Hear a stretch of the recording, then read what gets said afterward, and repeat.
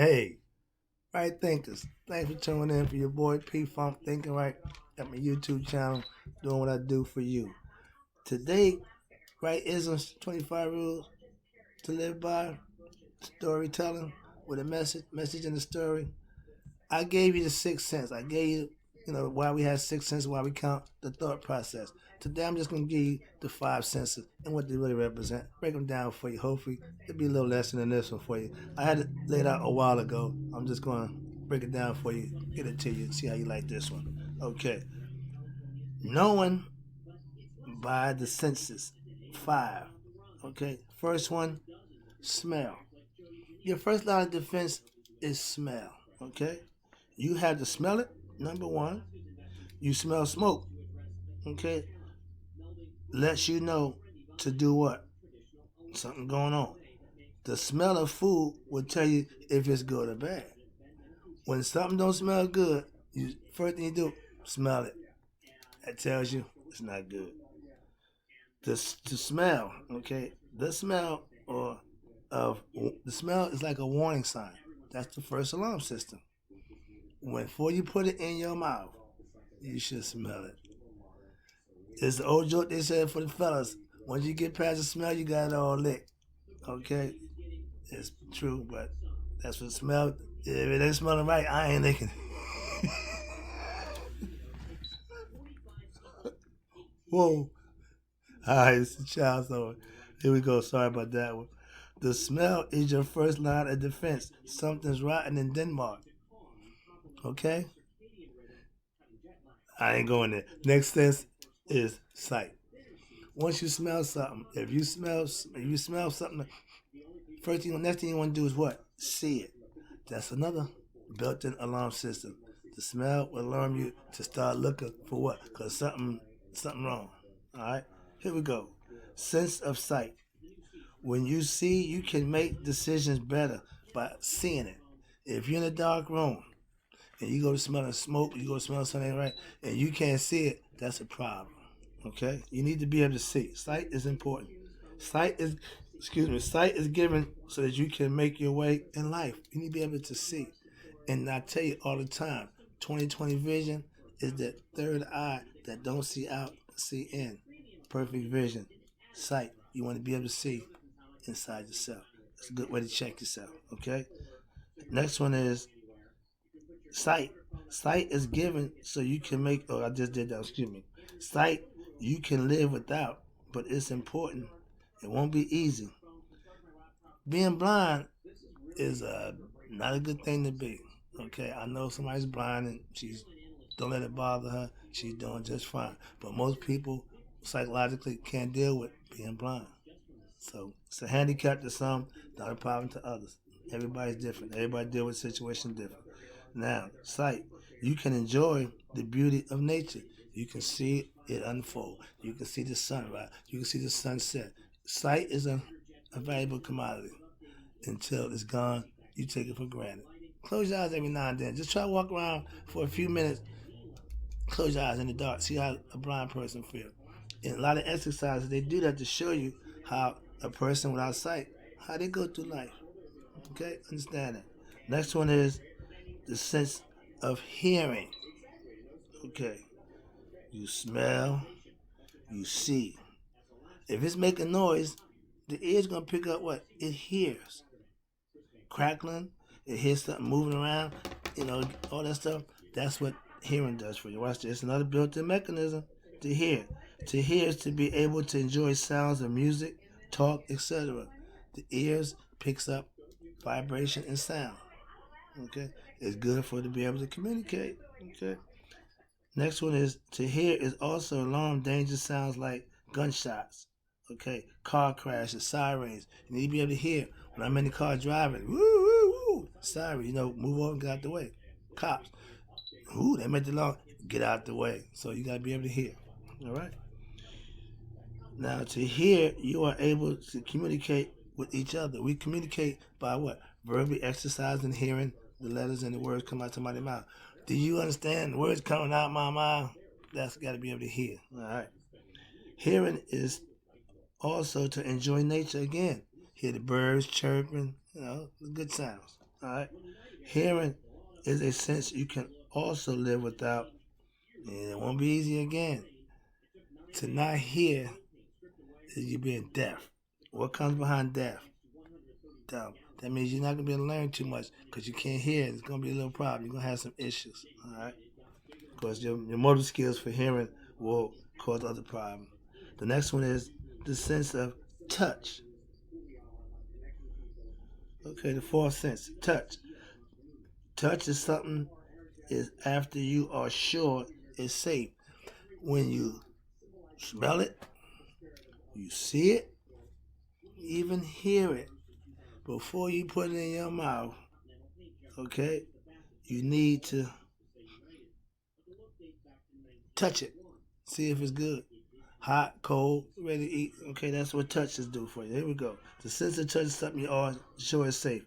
Sense of touch or feel is two ways. It can be good and bad. Some things is good. Touching fire ain't good. Touching another person is okay. So double-edged sword there. Watch out. The next one in touching means you will feel pain.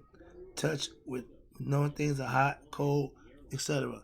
Knowing the difference between what's good and what's bad. You gotta do the touch test. Okay?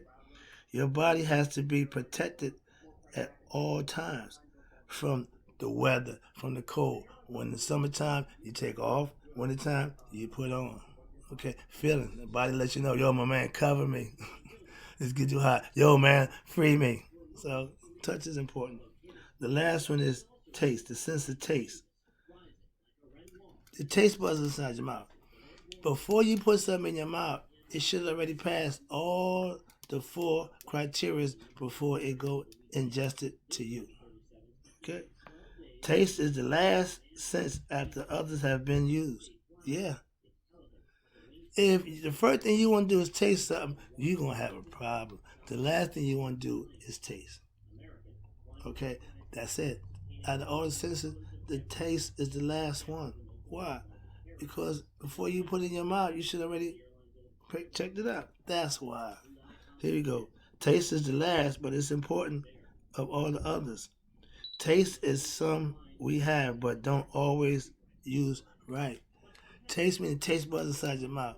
We take taste as mean how you act, how you treat people. You know, you got class, you got no class, or you got taste, you got no taste. See, so taste is the metaphor on the M's, cinnamon. Say it one way, it means something else.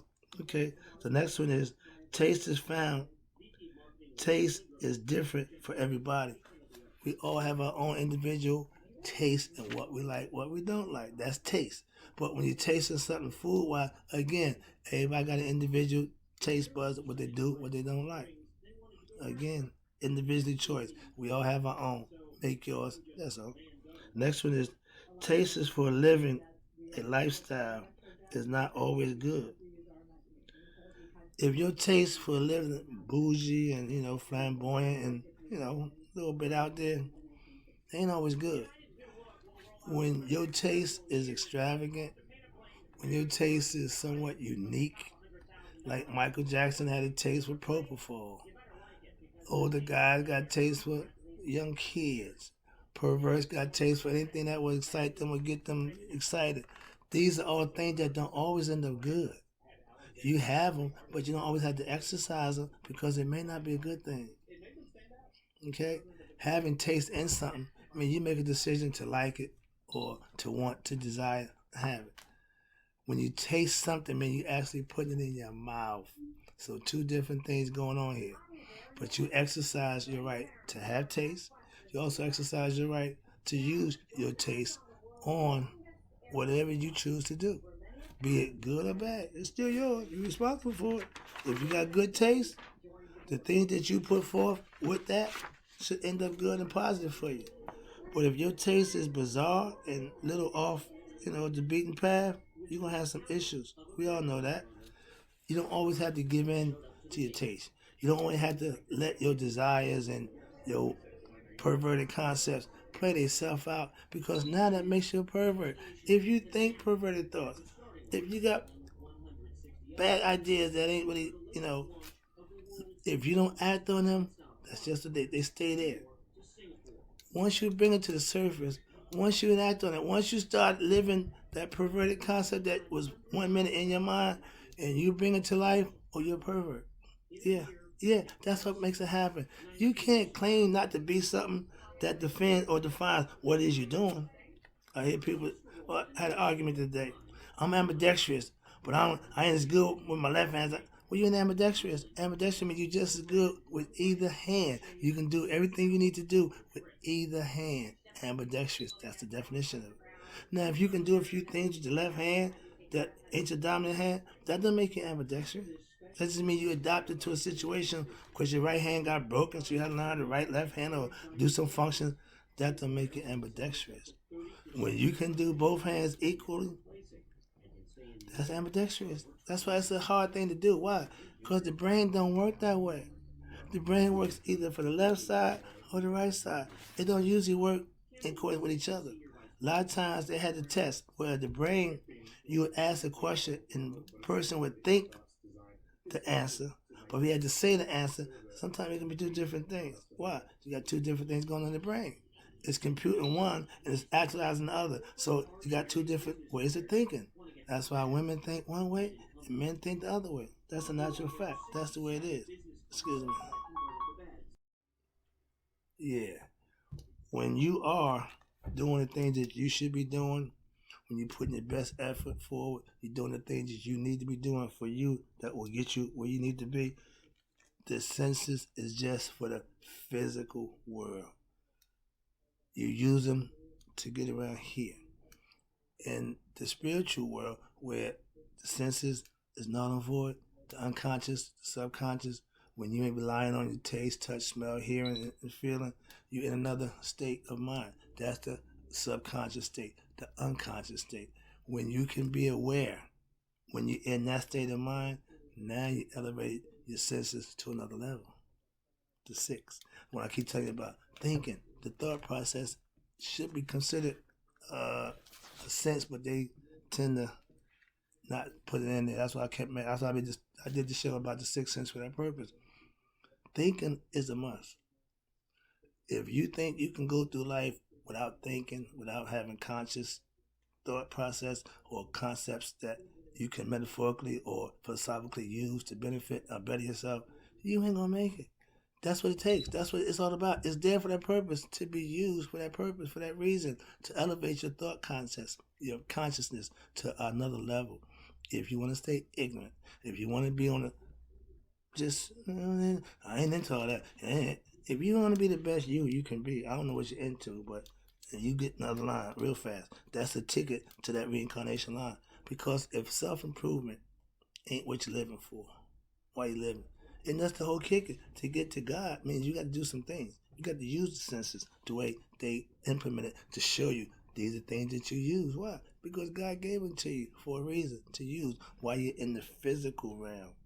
They don't do you no good in the spiritual realm. That's what I'm trying to explain to you. But as a physical understanding, you need to use these.